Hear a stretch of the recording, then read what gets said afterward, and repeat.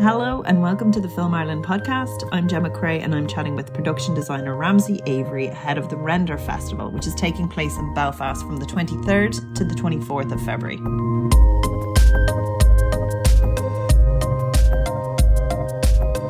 Thank you so much for chatting with us. Oh, absolutely. I'm very happy to do so. So we're chatting to you ahead of a trip to Belfast to the RENDR Festival. Yes, that's actually the first time I'll get to go to Ireland. I'm very excited, both for Ireland and also for the festival itself. It looks like it'll be a very interesting chance to meet a bunch of people who are doing interesting stuff. Yes, because that it seemed like I had a look ahead of our meeting, and it seemed like a really fascinating kind of like sharing space for ideas. Just tell me a little bit about what are you going to be chatting about at the festival?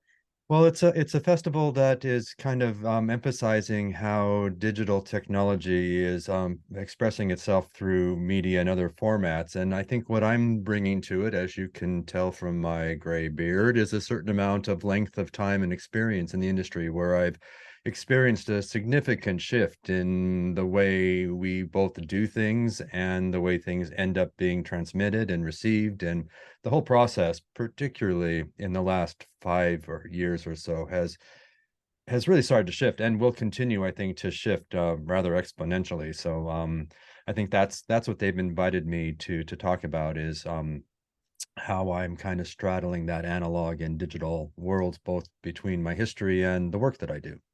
So so you've worked on like Lord of the Rings, Rings of Power, Guardians of the Galaxy Volume 2, Spider-Man Homecoming. So a lot of those, like, they'd be synonymous with sort of CG worlds, but like physical interactions with the performers. And how they meld seamlessly, like in any of the ones that I've seen, especially like Guardians of the Galaxy, like a universe. You're literally creating a very unique universe.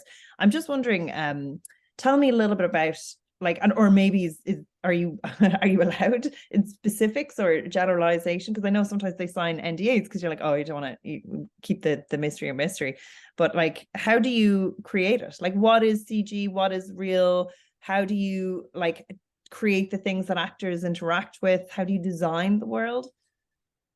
It varies from process to process, project to project, and taking as an example Guardians of the Galaxy, which I was a supervising art director on, versus Lord of the Rings.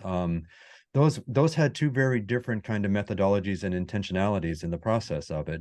Guardians, Marvel as a rule tends to work in a very VFX heavy world.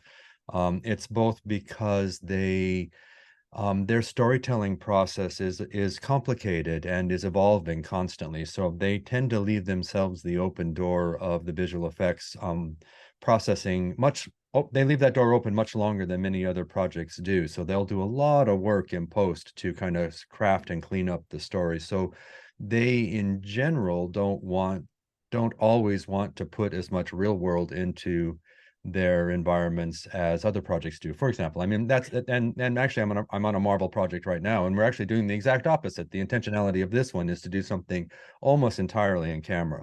I was thinking that with the Eternals, there was so much CG in it, and I was like, oh wow, like the whole of this realm was, and I was like, but you could kind of tell, and I was like, that was kind of an interesting choice, and some of it is so tangible, and you can kind of feel the textures and things, and then you kind of move to this kind of world, and it does create a very different feel as the viewer when you're watching it. It's really good to get that insight into why that's the case. Well, I mean, in the case of some of the Marvel work, it's because that idea of keeping the flexibility opening up in the storytelling. There's also just in general, like Guardians takes place in cosmic environments, right? Those aren't things that you can go down out the corner and find anywhere to shoot. I mean, almost everything we shot in Guardians was shot on a stage. And those environments are so vast, and some of them, particularly the stuff on Planet Ego, were so complicated. There was almost no way to physically build those in any affordable or time efficient manner. So they just naturally lend themselves to visual effects worlds. When I started on Rings of Power, the showrunners had the exact opposite sensibility. They felt that it was super important to ground the audience in the world, to make the world, as you were saying, completely tangible.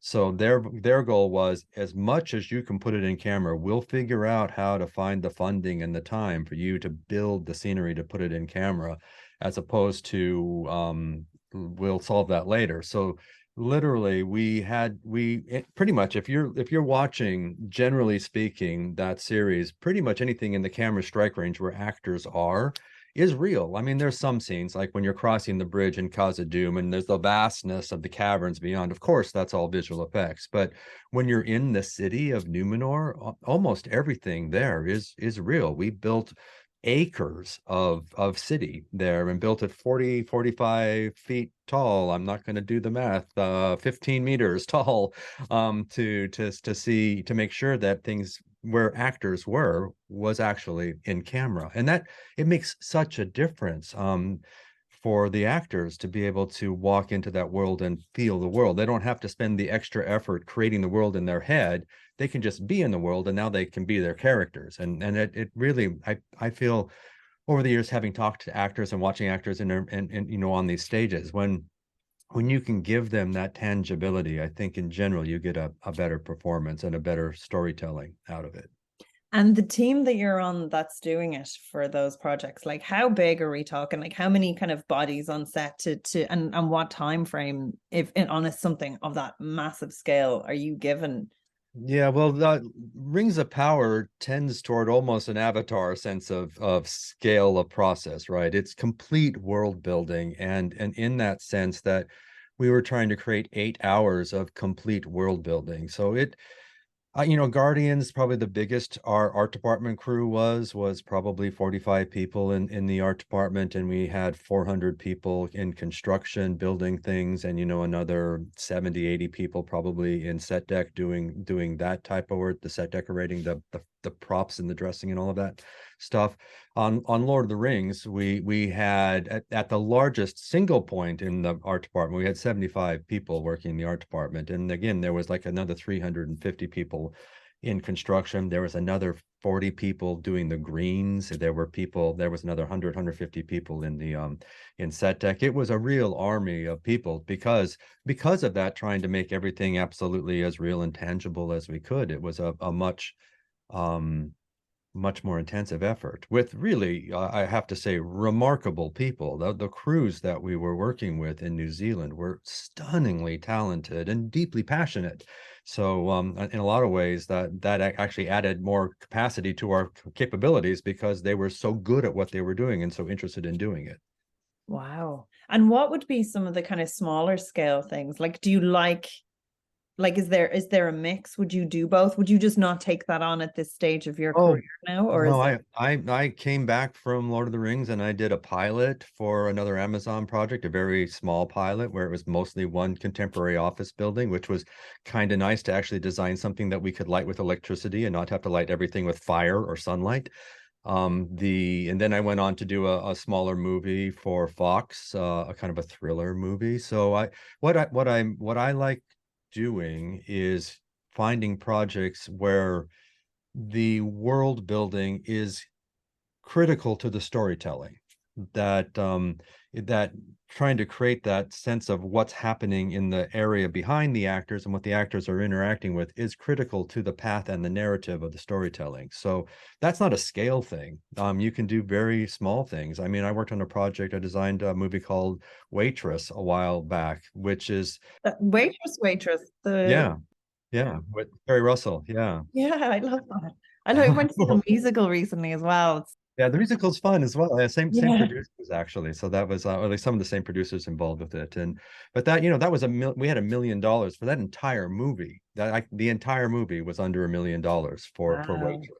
But it was still the same thing. We had to take parts of Los Angeles and create this small town in the South out of California, And so that I loved doing that too because it was a challenge certainly to work on that kind of small scale, but because we were doing something that the world was so inherent of making that character Jenna feel trapped in her world, but also a warmth to the world in there, all of that was very fun world building. So it's not a matter of scale, it's a matter of what I can bring to the project in terms of whether it's digital or analog, what I can bring to the project to help make that world very tangible and critical to the path of the story. And actually, that's a very good point. So we just say, for example, I'm first time director and I'm going, okay, I have a character. I want to make them feel very afraid. What elements of production design could you utilize to do that?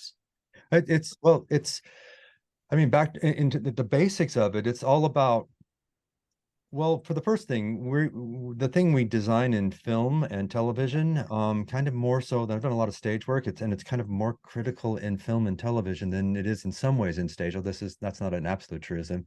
We're not designing walls, we're designing light, because it's all about what the camera sees and what the eye sees, and that's light. That we're not seeing concrete, we're seeing how light plays off of concrete or brick or trees or water. Textures And yeah, and how the light bounces off of those things and how light creates the color and the shape and the volumes. That's what we're trying to sculpt. So for example, if I wanted to make somebody scared, there's a couple of ways you could approach that, but you think about it in terms of how the light plays and defines the world around them.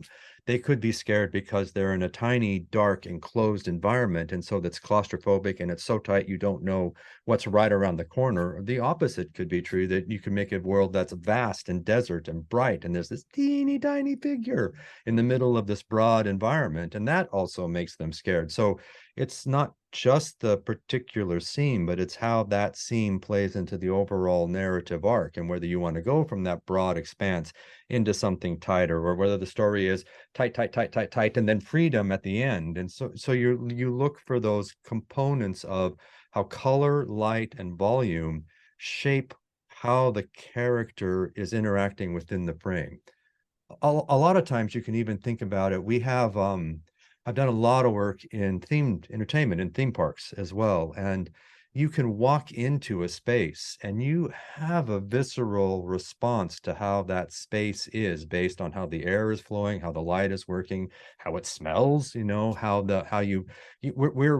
creatures that actually have this kind of response to that environment. So trying to figure out how to put that environment that we feel into the frame is really the process. That's brilliant, actually. That's so interesting. Because my husband is forever like, we go into a restaurant and be like, oh, I don't like this chair. I don't like the way the light is. And I don't know why. I'm just like, oh, I don't know. Can I swap seats? And he's like, oh my God, just relax and eat your food. And I'm like, I won't enjoy it as much. But you never knew why. But actually, that's exactly it. Like, it is that like, I suppose we're physical creatures, like, and our body is like a series of systems that is reacting to all these like response and air and stuff. So that's really, really interesting. Yeah, and the goal is to try to get that conveyed on film so that the audience can then feel that same thing that they would feel if they were in that room themselves. And tell me a little bit about how technology has shifted that. Like, obviously you're creating the worlds, but what, like, the way that we view and use it, has that changed it? Is 3D printing, has that changed your job at all as well? Like, what are the kind of differences that you've noticed over the years?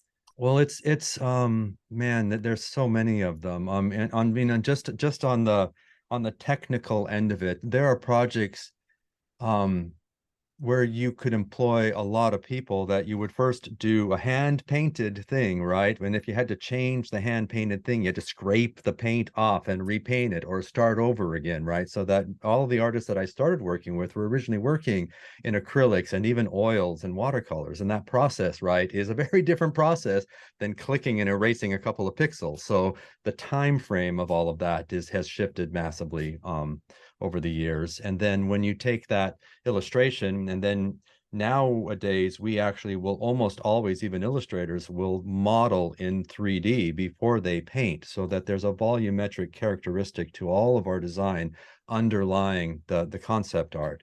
And that model then goes to our set designers, who then develop that model into something more specific.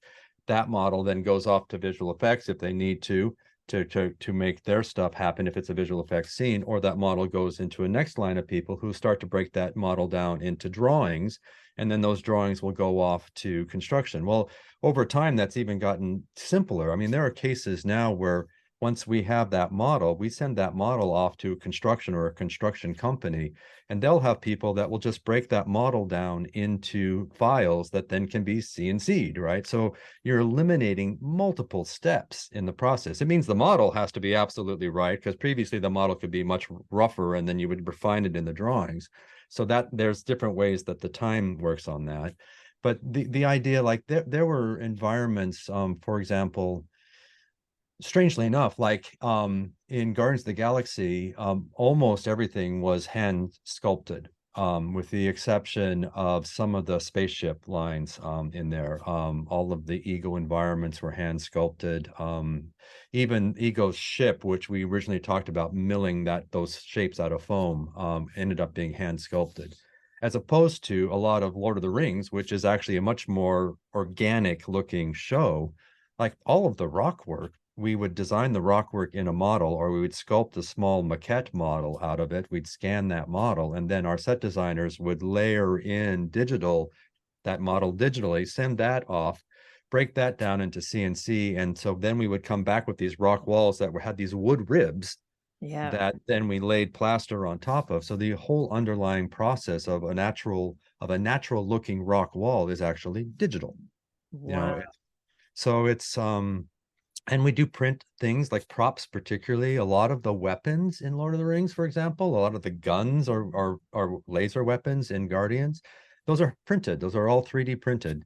So even with that was actually one of the things that we had to work really hard with in Rings of Power, was that all of the 3D processes are very mechanical and very computer. So we'd have to go back in and rework everything by hand to make sure that they look individualized and that they were crafted by hand. But the 3D printing and the molding processes sped up all of that initial work tremendously, making it possible to make 1,500 swords. You know, it was just all of that digital processing has certainly opened up our palettes, and it made making things simpler in a lot of ways.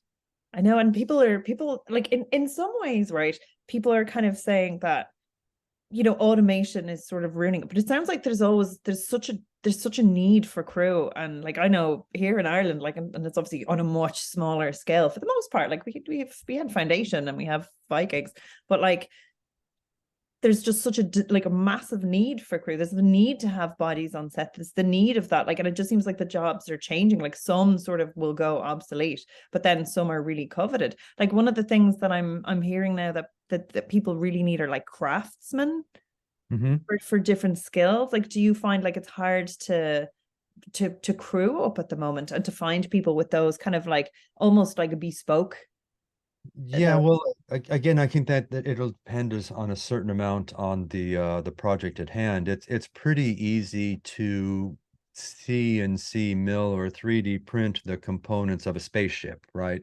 Because you want those things to look slick and mechanical and not handmade.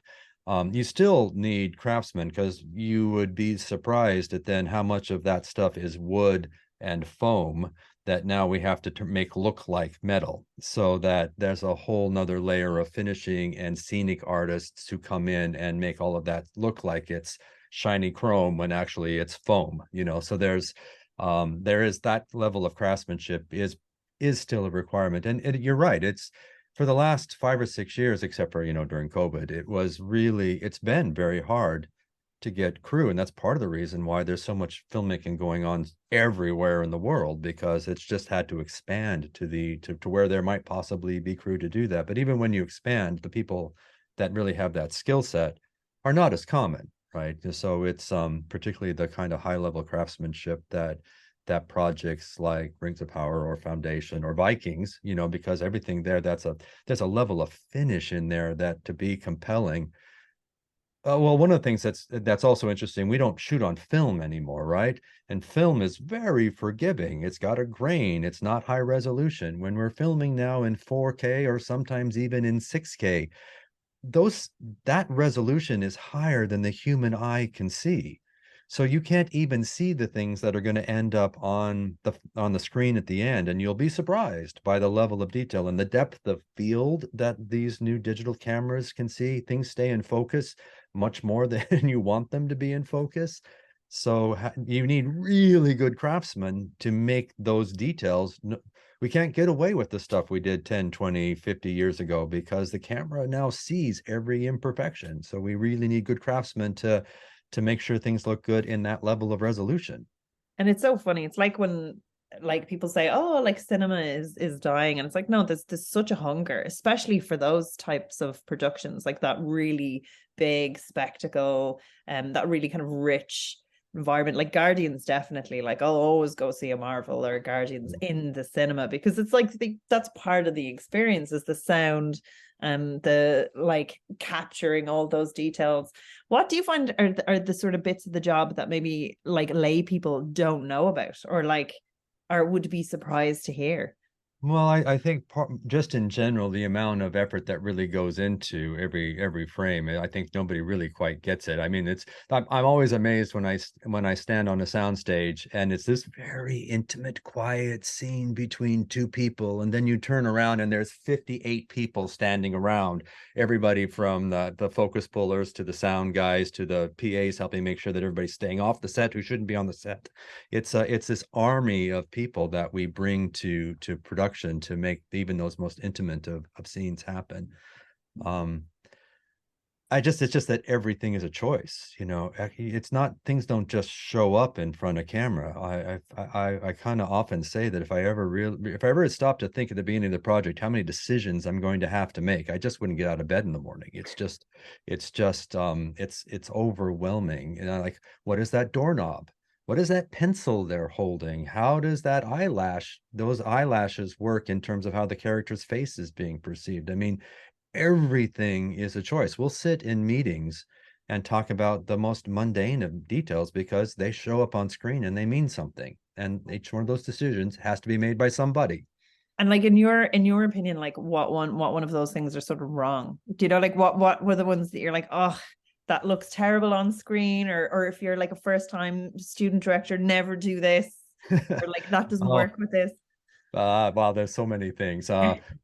White is not a friend of anybody unless you're doing a scene that's specifically about harshness. You know, you don't really want a lot of white because it flares out and it makes it hard to see a face against it, you know. And so there's I mean, Stanley Kubrick in 2001 had a really great white room, but that was a very specific reason for that white room, right? So there's reasons to do that. Even on Ego, the white Ego's ship was to make the color of the play of the lights on the outside of it make sense within the white form. So that's, you use it for the reflectivity of it. But the white is generally not going to be your friend as a first-time filmmaker. So. Okay. And stylistically, what are the things that you notice are kind of shifting, or like, or where are we sort of going from and going to? Like, you know, I noticed there was a big resurgence, especially in indie films, of making everything kind of vaguely dated, but like not like have like, is this set in the 90s 70s but people are using modern phones kind of feel on it. I noticed like that was a real trend in production design, like especially around here. Like what are the kind of things that you might have noticed or that you feel are coming up now? um I am, I think one of the things that, I don't know that it's necessarily a trend, but I think that one of the things that we're struggling against, and I think this is actually culture wide, I don't think it's necessarily just in filmmaking, but um, as a culture, we're not necessarily moving forward. If you look at architecture or fashion, use of color, Or being human, like people's opinions. Like it feels like we're going, I kept thinking this, that it does feel like we're going into like the dark ages.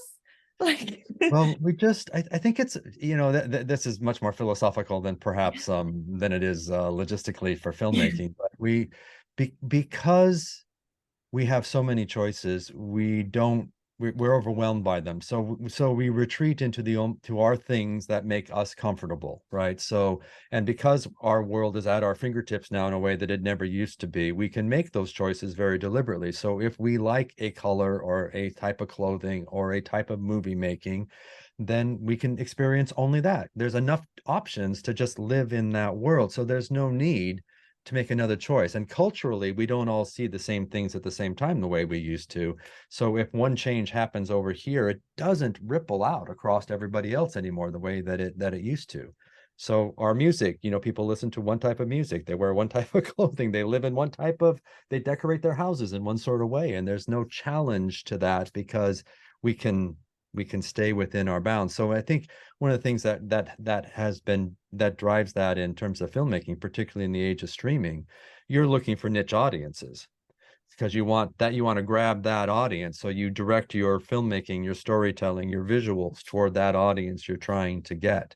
And so that in some ways I think limits us in the same way that when we used to try to make something appeal to everybody, that's limiting as well too, because then you can't get maybe specific in a way you might want to get specific. So it's a different kind of narrowing of our creative opportunities by trying to do these niche things. That's very, very interesting. And actually you can see it across absolutely everything. And you can see how, you know, like people that are doing stuff that's so broad are really struggling.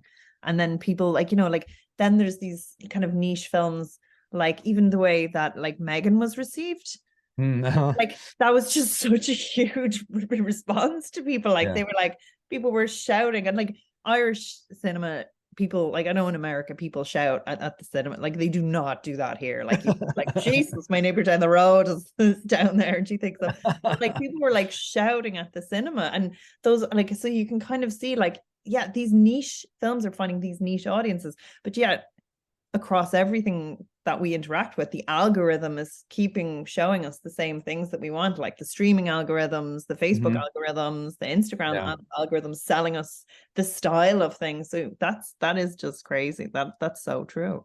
Yeah, so that doesn't feel like, while innovation is happening, it doesn't feel like it necessarily ripples across the culture as a whole, the way that it used to when we were all watching the same television or the same film or reading the same books or listening to the same music. It was, you know, it's just not, it's a different, the way we inhabit our world is very different than it was 20 years ago. Yeah. And just like, I mean, you've kind of seen a lot in the time that you've been there.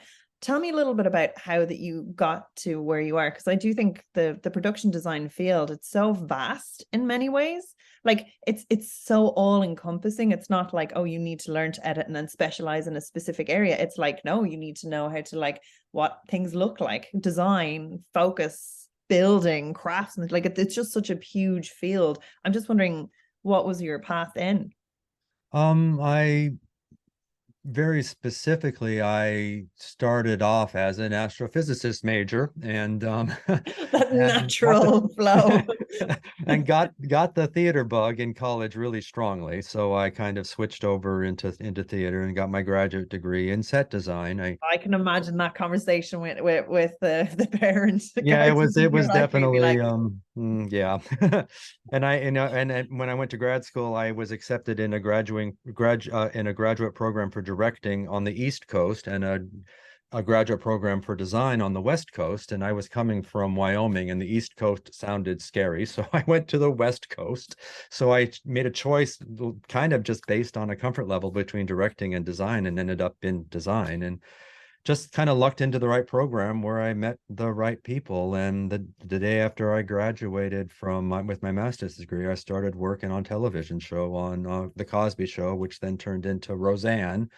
You know, and I just as a PA, and I just worked my way up. And I've had a very odd and kind of atypical career because I've kept my hand a lot in theater, particularly at the beginning of my career, and I've done a tremendous amount of themed entertainment design as well. I just recently finished designing the Avengers campus, for the Disneyland resort.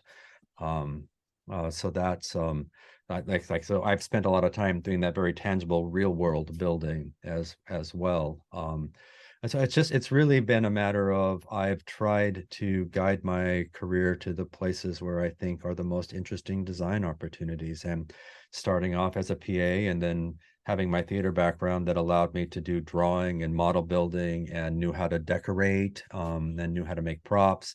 That got me into many doors. And then I started just meeting people and just built those skills over time, you know. wow.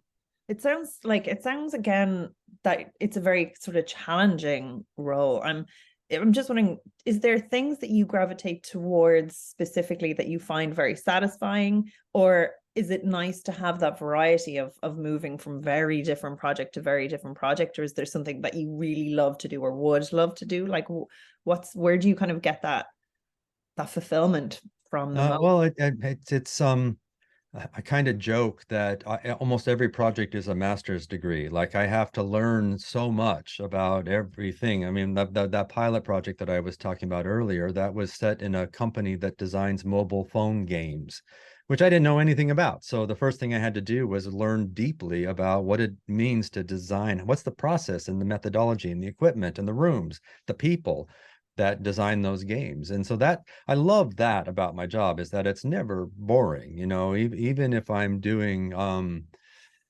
more traditional architecture, it's about who are those people that live in that architecture and what do they do and what do they care about and how does that architecture relate to our storytelling and to those people. And so I think the thing that I get drawn to more than anything else is our stories, that the environment is part of the story, that in many cases, I don't want to disparage any other type of work because I think good design is good design. But you know, a police procedural in many ways, it's not about the environments per se. I mean, an environment may be a clue into what's happened, but it's not so much about the environment creating the sense of the world, as opposed to things like, you know, fantasy or science fiction or period pieces tend to need the world to create something specific to the storytelling. So I generally gravitate toward those types of projects. God, that is so very interesting. And just it sounds like again, you don't have one normal day, but like in pre-production then versus sort of production, what does an average day look like? Like you show up and set, work 1,000 hours in a day. It's 1,000 hours. Yeah, I generally get up around 4:30 and I'm, you know, dealing with emails or researching or taking care of the job that I need to get done, you know, by 5 o'clock, 5:30 or so. A lot of times these days, we don't have all of our people in the art department. They're in multiple time zones. So trying to keep track of people working 3 hours ahead or behind me makes, you know, lengthens my day. Um, Generally speaking, I'll spend that morning doing the work that I need to do or trying to communicate with people in the different time zones. Then my day will end up being a series of meetings working with either the director or the producers or meeting with people to choose colors or textures or working with the set designers as they're trying to. So talking to the set decorator about the choices he or she is making, you know, so it's a process of sorting out the day in terms of what each of those series of steps that need to be made to get us to the next series of steps and how Wow. those decisions can process through and trying to organize the day around that. And it's definitely communicating. It's all about communicating with lots of people and in various methodologies, whether it's text or email or phone calls. We do actually talk on the phone. We get in person sometimes, even these days, get to talk to somebody face to face.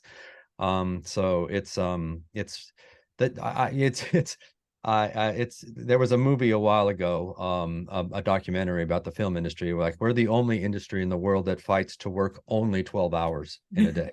Well, that's Um, that's in America. Like that's definitely not happening in France. Do you Yeah, know? no, it's true. It's true. Like, Or yeah. for that matter, in many ways, it didn't work in New Zealand either. That's not how it's a different work culture in New Zealand, but that didn't change the way what I had to do for my job, right? Because I literally had people working all around the world. For 18 months, there was almost any day or time of day at any point of the week, except for partially sometime between Saturday and Sunday, there was somebody working on Rings of Power somewhere in the world. Literally, the sun never set on the art department. So I was up at 5 o'clock in the morning talking to America and ending my day at 9 o'clock at night talking to London because that's how I could communicate with all the people that I needed to communicate with. And then in the middle of the day, dealing with the people that were in New Zealand and trying to find some time and all of that to do the work that I needed to do to make sure that I could feed the machine the next day. So I do tend to, and most production designers I know tend to work on those type of fairly intensive schedules. It's just what it takes. So I would say there's not a like there's like all these DIY like kind of production design related jobs in all production designer houses that are never finished because you're so It's very true. It's very true. It it's took like me almost 5 years to finish a kitchen remodel in our house. Yeah. It's like, yeah, because they yeah, say that with like builders as well. They're like their houses are always the worst because you get home and you're like, I do not want to touch a hammer. Like yeah, not. And do yeah. you get time? Like, I mean, this is a discussion here, that like it's a big discussion now about burnout. And I know like everyone works freelance, so you might be kind of doing 2 or 3 like projects at a time that all culminate in one go. Like I know that definitely happens for me. So I'm Yeah. just wondering, like, do you guys take time between? Do you get to take time between jobs? I mean, things like of that scale, it sounds like they just come and you just have to adhere to It's them. it's so variable. I mean, it's great to be able to take the time off in between, and generally speaking, we're paid well enough that if you deal with your money well enough, you can take that time off in between. But Not crypto. Like you're not investing all your money into crypto and it'll no, definitely definitely pay not. back. No, no. Oh no. As much as I like science fiction, no. But it depends on when the jobs. When the job comes, and sometimes you will turn down a job because I just need to sit in a room or sit on a beach, for a week or 2 or 4, because depending how, but sometimes when the call comes and it's a cool job and you get on a plane the next day, it's just the nature of the beast. And what would be like one of the coolest things that you love to do? Like, recreate a certain period or like design from scratch or like what would be like one of those things you'd be like, oh, that's my bucket list of jobs that I would Well, love. strangely enough, I grew up in Wyoming and I've never done a Western. And I, I would actually love to do a nice, meaty Western, that has something to say about how my family homesteaded in Montana, so that I have a real kind of desire to do something that's not the romanticized West, but that is about how tricky and difficult it really was, how the West was really a very brutal place, and I'd love to do a project that dug into that. God, okay, well there we go. Let's see if we'll we can see if there's any kind of budding directors with anything in their sheet can approach you at that really good festival in Belfast if we've any Irish American co-pros in the mix from this, so that would be fabulous. But thank you so much for chatting. I could actually genuinely just ask you questions, like it's so fascinating for hours, but I'm very aware that your time is deeply valuable and you probably Fortunately, yes. Well, thank you so much. That's just been so interesting. Well, thank you very much. I've enjoyed it very much.